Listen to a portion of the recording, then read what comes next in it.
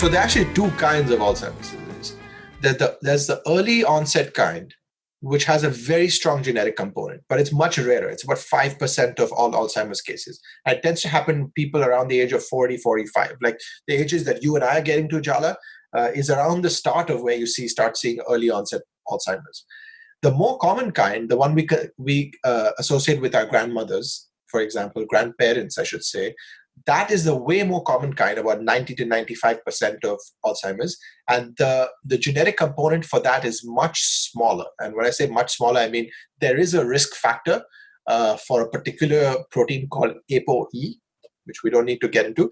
But to summarize, essentially what I'm saying is that what all of us think of Alzheimer's disease, the Notebook and everything you've seen on TV, that is the late onset kind.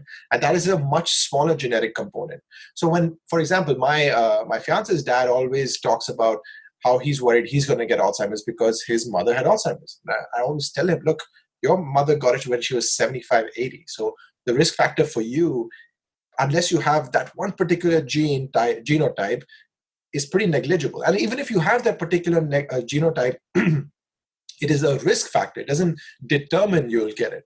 So, I think that's something that I wish more people understand, is that they don't need to be freaking out if people in their family have Alzheimer's, unless it's early onset Alzheimer's.